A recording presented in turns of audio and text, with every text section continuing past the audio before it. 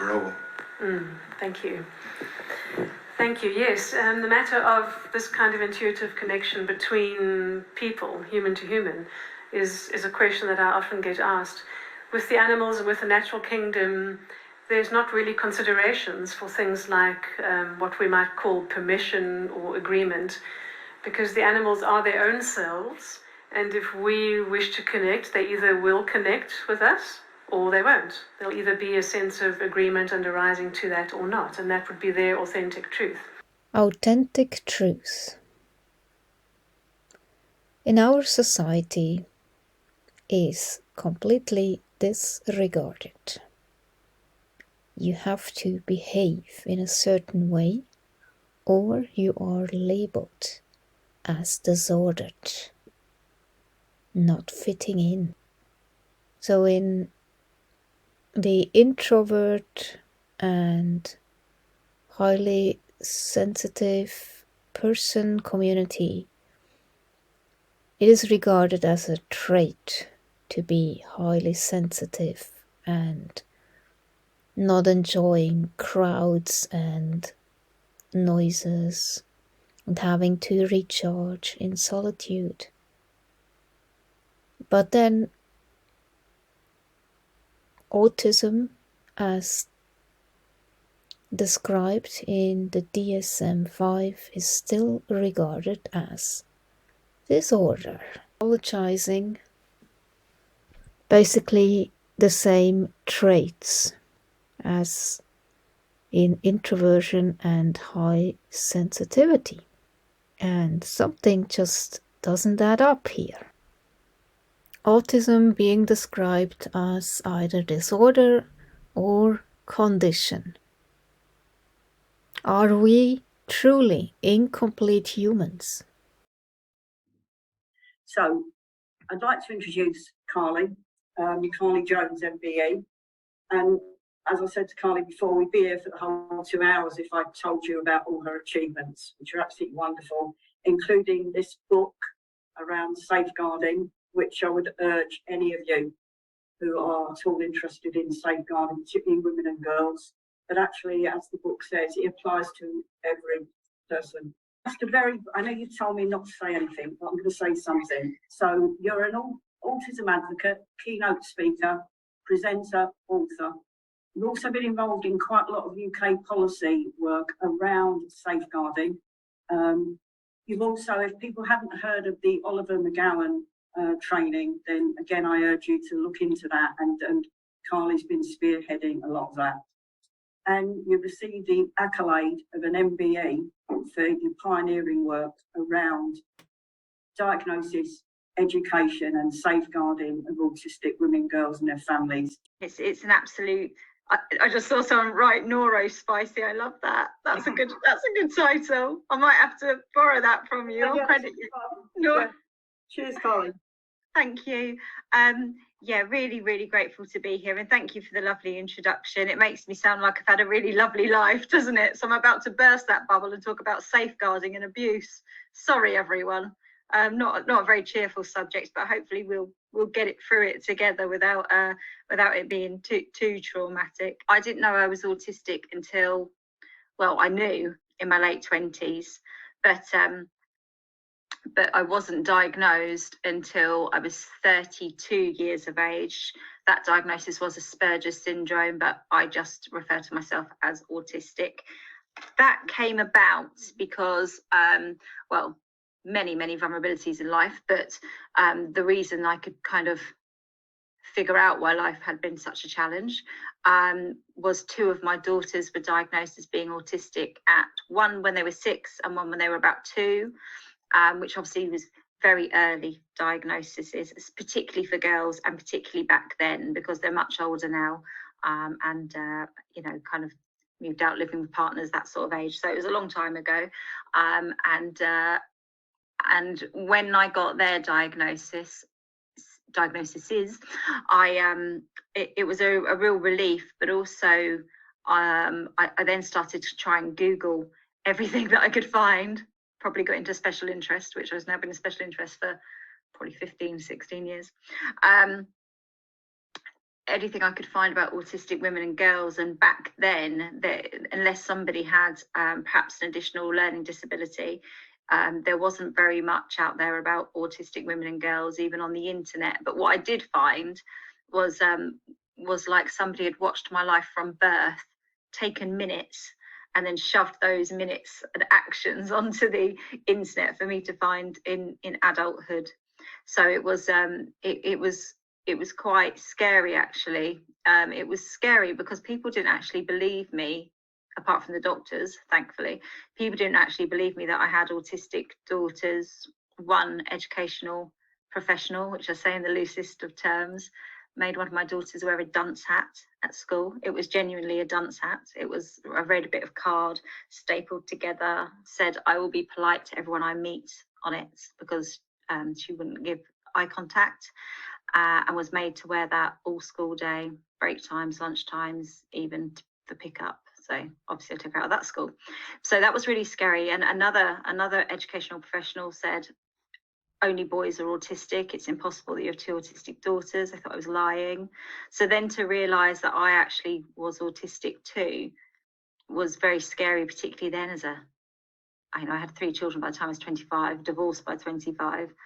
And I was really worried if I kind of said to people, "Oh, I think I'm autistic too, I'd like to get a diagnosis," then they were going to call social services or something on me. I was really, really scared. So it was scary for that reason, but it was also scary because I kind of realised, when learning more about being autistic and how that can make us quite vulnerable in social situations, relationships, friendships, I kind of realised that lots of the negative situations I'd had as a young woman were likely because some people aren't very nice, but also likely because I was autistic and didn't really know how to navigate social situations or get out of toxic or unhealthy situations. So that I became very, very scared, basically, because I thought, well, if this is because of this thing called autism, and my daughters are also autistic, are they going to have the same life trajectory as me? Are they going to experience the same vulnerabilities? So that's why I started campaigning back then to get more awareness and safeguarding for autistic women and girls. Because I just think love and fear are really big drivers, and I had to learn everything I could and do as many kind of jobs as I could to try and make things better. A minority of people is surrounded by the privilege of people who assume that because a majority of people conform to a certain way of existing, they are the only ones living the right way. Autistics are regarded as broken, therefore dehumanized, invalidated. When it comes to humans, though, it's a little more tricky because all humans, whether shamans or healers or ordinary walking around in the world kinds of folks, all of us are very occupied in our 5 senses and with our conscious minds every day. And yes, we are intuitively connected already, we just don't really know about it consciously because we're so busy with other kinds of thoughts.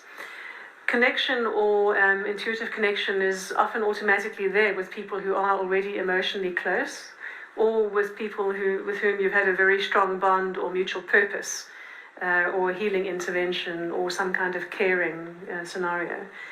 So 2 things are true. Firstly, the intuitive connection is already there between you and whoever you've encountered. It is already there.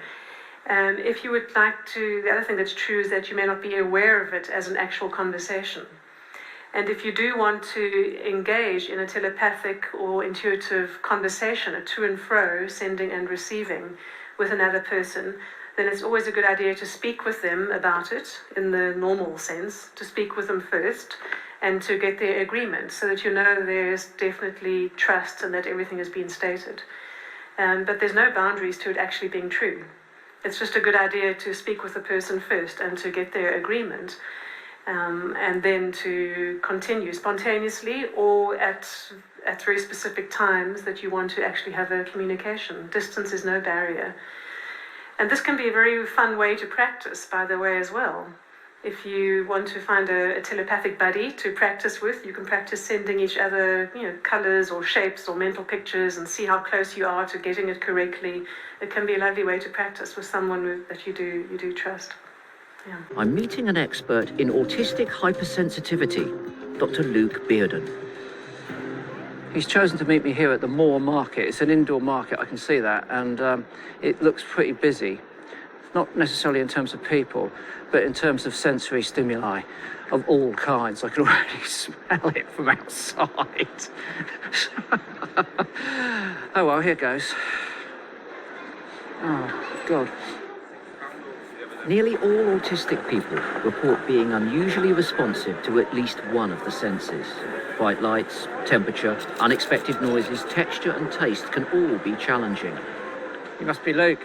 Hi Chris, Hello. Welcome. I feel like I should apologise in advance for dragging you must here. apologise. I feel like you're taking one for the team. Luke is a senior lecturer and autism researcher at Sheffield Hallam University.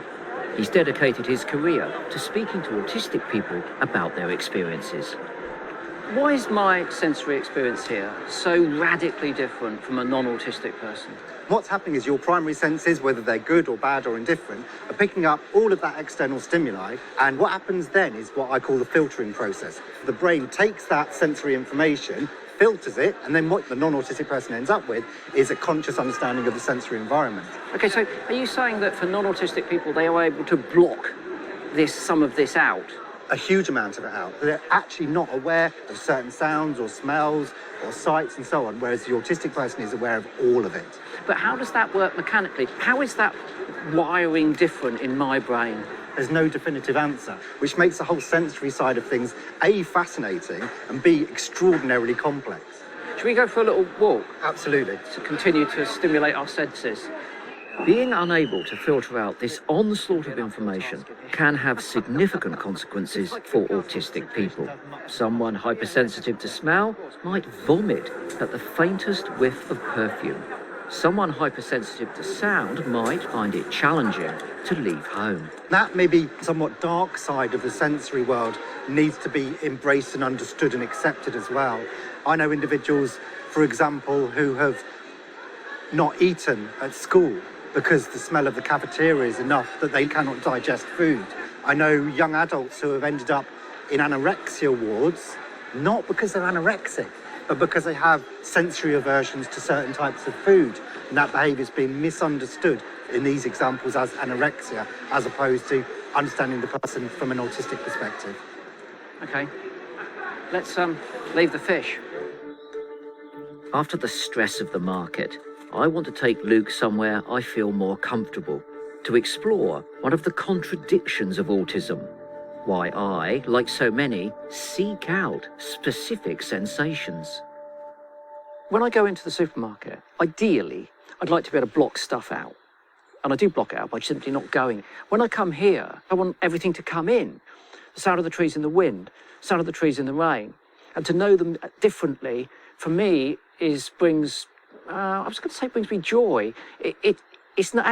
It's comfort it brings me.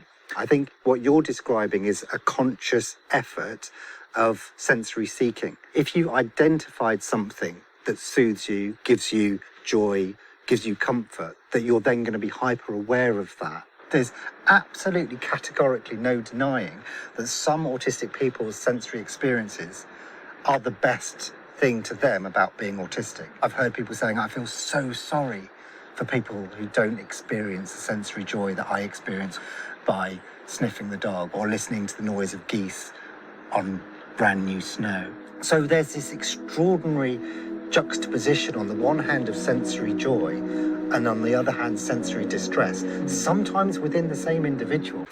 It's just so recharging.